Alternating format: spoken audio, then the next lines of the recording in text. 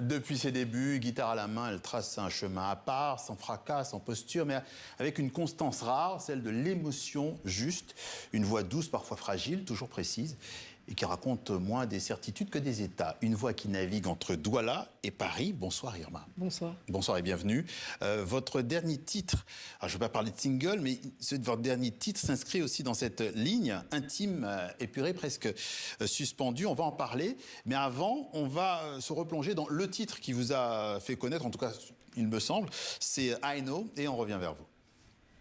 I heard you telling you don't care. I heard you think it loud and clear. Doesn't make me proud of you. I know your time is precious, but give me just a second. I need to straighten things out with you. You blew my hopes and dreams away, and there is not a single day I don't feel the worst because of you. And I know that it's not a dream that I saw. Yeah, I saw your skin, and I know. Il y a eu un avant et un après ce titre, hein, I Know. Quand vous l'écrivez, ce titre, dans tout le processus de création, est-ce que vous dites, là, j'ai un tube potentiel? Quand je l'écris, j'ai 12 ans. Donc, Oui. je ne pense pas en termes de tube, je pense en termes d'histoire que j'ai envie de raconter à ce moment-là. Je suis à Douala, au Cameroun, où j'ai grandi. Et j'écris un titre alors, assez étrangement, je m'imagine déjà chanter sur des grandes scènes. Je me suis toujours toujours imaginé, mais c'était un rêve d'enfant. C'était comme un rêve. Et qui s'est réalisé des années plus tard. Et qu'est-ce que ce titre dit et qu'est-ce qu'il a changé dans votre cheminement créatif et à l'inverse, j'ai envie de vous demander, qu'est-ce qui n'a pas changé en vous depuis ce morceau? C'est une très belle question. Je pense que tout a changé et pas grand-chose à la fois. Tout parce que ma vie a changé. La musique est devenue ma vie. Et j'ai un peu voué ma vie à la musique. Aujourd'hui, je suis une autrice-compositrice. Je sors des albums, je fais des tournées dans le monde entier grâce à cette chanson. Donc ça a changé ma vie, clairement. Un petit passeport quand même, alors peut-être. Ouais.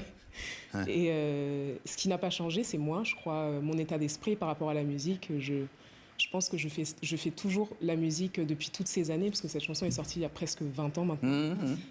Je crois qu'au fond, je fais toujours la musique avec le même regard d'enfant, avec cette envie de toujours apprendre, de toujours moi-même me surprendre avant de surprendre ceux qui me suivent.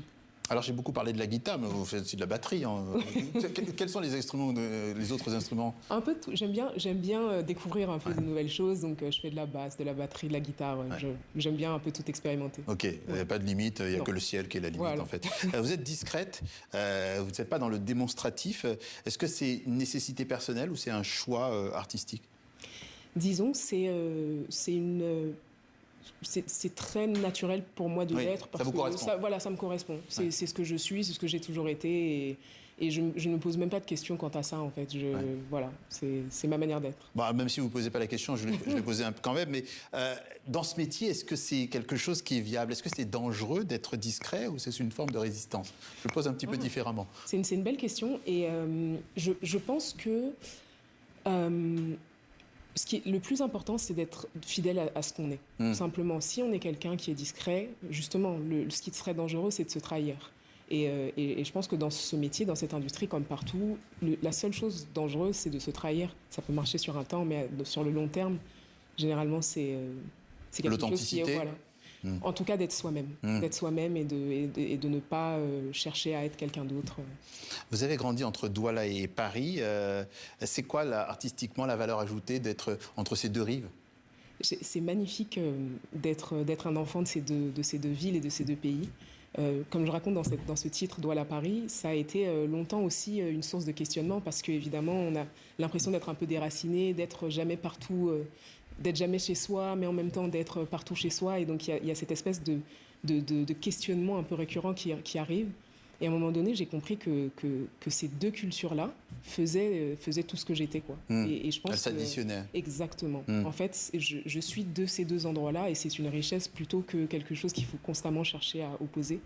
Et à partir de là, une fois que j'ai pris conscience que c'était une richesse plus qu'autre chose, ça a été formidable pour moi et en tant qu'être humain et en tant qu'artiste parce que ça m'a permis d'explorer beaucoup plus de choses aussi. Alors on est dans le journal Afrique, donc forcément aussi l'africanité, on en pense, on en parle et je pense effectivement, vous l'avez vu, vous l'avez dit effectivement, l'album Douala à Paris, sorti en 2022. Quelle est la place, c'est très général, mais quelle est la place de l'Afrique dans votre musique? Je pense qu'elle est tout au fond de moi. Elle est déjà ce qui m'a construit, ce qui a construit mon rapport à la musique. Un rapport qui est très organique, qui est très méditatif, qui est très contemplatif à la musique. Et d'ailleurs, vous parlez de discrétion, je pense que c'est mon rapport aussi aux choses par cette culture-là. Elle est dans mon rapport même purement musical parce que je suis dans toutes les mélodies à la guitare que je fais, il y a une rythmique et un groove qui est hérité de tout ce que j'ai pu écouter, des rythmiques que j'ai pu écouter, que ce soit dans l'Ouest camerounais, le benskin de chez mon père. Et ces rythmiques-là marquent beaucoup mon jeu de guitare, ma manière de jouer la guitare. Et je pense que l'africanité, elle est dans tout ce que je suis, en fait. Elle est dans tout ce que je suis, dans tout ce que je transmets à travers ma musique. Et Irma, on s'arrête un instant pour le temps d'écouter Mes failles, un autre de vos titres de l'album Douala Paris, justement, et on revient vers vous.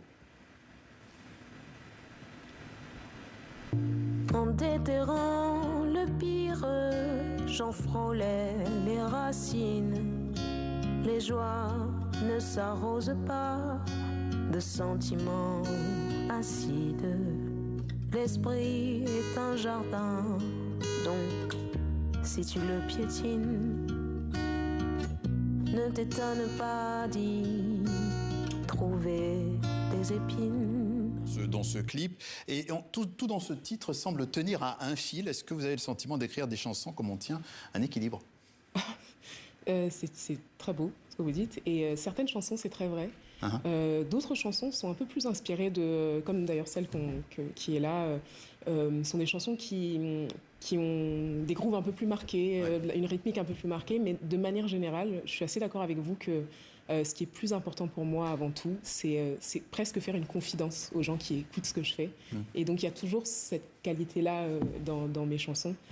C'est cette volonté de parler à l'oreille en fait, de ceux qui m'écoutent et ça peut créer cette sensation d'être sur le fil. Vous avez beaucoup émergé grâce à Internet, vous utilisez beaucoup Internet, les réseaux sociaux. Ce lien direct avec le public, est-ce qu'il vous apporte et est-ce qu'on peut parler par exemple d'une certaine indépendance? Absolument. Ouais. Surtout aujourd'hui, encore plus aujourd'hui, où je suis pour le coup une artiste indépendante. Vis-à-vis du business aussi? Pardon? Vis-à-vis du business aussi? Vis-à-vis du business aussi, exactement. Ouais. Je suis une artiste totalement indépendante. Et c'est sûr qu'aujourd'hui, la liberté que nous apporte cette proximité qu'on peut avoir avec son public, de le construire et d'avoir cette relation très, très particulière avec lui, clairement développe une indépendance que je pense qui était plus difficile avant les réseaux. Et il y a aussi alors cette reprise de Moon River, j'en avais parlé au début, une chanson qui a obtenu un Oscar en 62. On va se quitter là-dessus, Irma. Alors pas en direct parce que vous avez une petite extinction de voix, hein. Attention au courant d'air quand on chante à la fenêtre. Alors ce n'est pas du live mais ça reste acoustique. On va remercier nos téléspectateurs et vous remercier également. Merci et bonne soirée à tous. Merci Irma d'être passée par notre journal. On vous regarde. Merci. À demain.